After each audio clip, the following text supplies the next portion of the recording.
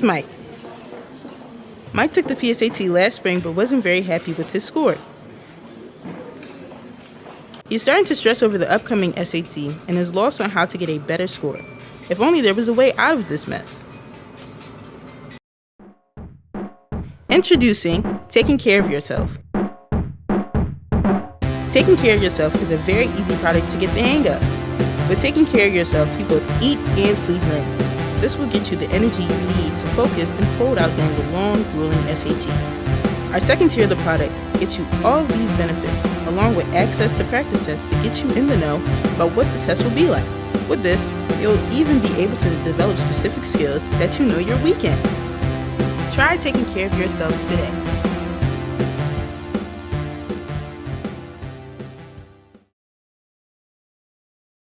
Welcome to Women's History Month, a time to recognize and celebrate the contributions of women throughout history. This month serves to highlight the achievements and struggles of women, fostering awareness of gender equality, as well as the acknowledgement of all the unsung great accomplishments of women from the past. Women's History Month started as a short, yearly event in Santa Rosa, California, starting in March 8, 1978. This new tradition was initially centered on teaching about the positive history and contributions of women in the past, taking the form of presentations, parade, and even an essay contest. This tradition spread throughout the country as communities neighboring Santa Rosa adopted their own traditions of the event. This tradition became nationally and officially endorsed in 1980 when U.S. President Jimmy Carter declared the week of March 8th to be National Women's History Week. This was turned into what we know today as National History Month in 1987, after Congress passed legislation which cemented the entire month of March to be Women's History Month. In the spirit of this holiday, not only should we reflect on the past accomplishments of women, but also support female voices in all areas, and inspire both present and future generations to continue the fight for equality.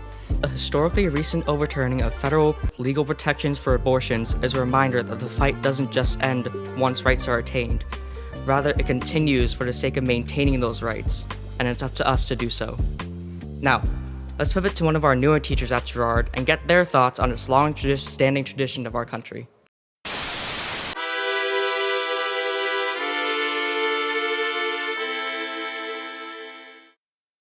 We're here with Miss Rogers, 9th and 10th grade history teacher. She focuses on U.S. history and world history. And today we're going to be asking her questions around Women's History Month. So to start, how do you think society can better support women's rights and empowerment?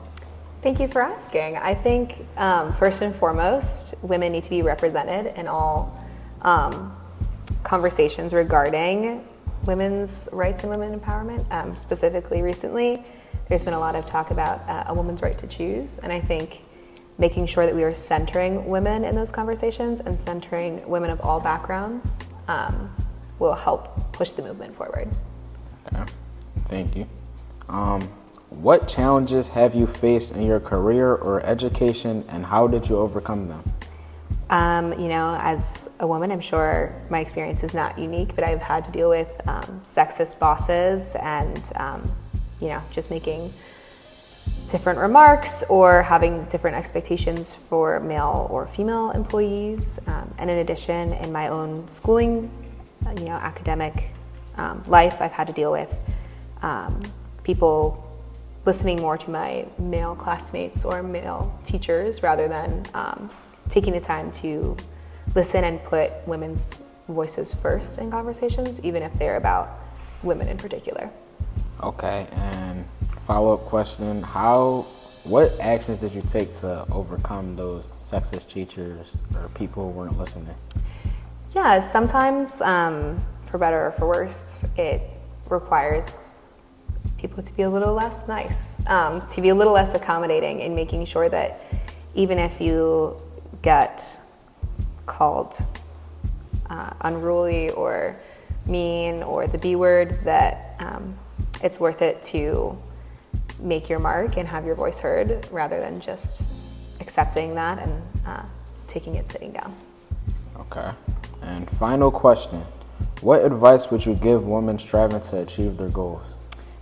I would ask that everybody, or all women I guess, make sure that they are not being too accommodating, making sure that they are pushing forward and pushing back when they experience something sexist, or pushing to have their voice heard in those conversations. I know I've said it a few times, but I think having women be the center of conversations about women's rights and female empowerment is the most important thing. And having not just one type of woman, I guess, having women of all diverse backgrounds and women from all over the world too is important when we're talking about women's rights as a whole.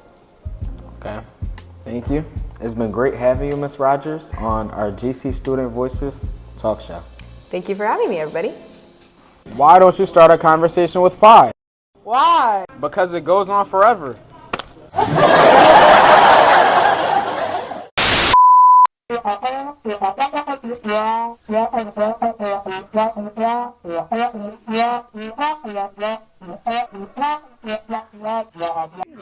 Where there's a woman, there's magic. Listen up, GC, got some facts, yeah.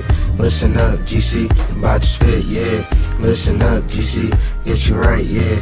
Listen up, GC, listen up, GC, listen up, GC, got some news, yeah. Listen up, GC, got some facts, yeah. Listen up, GC, get you right, yeah. Listen up, GC, listen up, GC.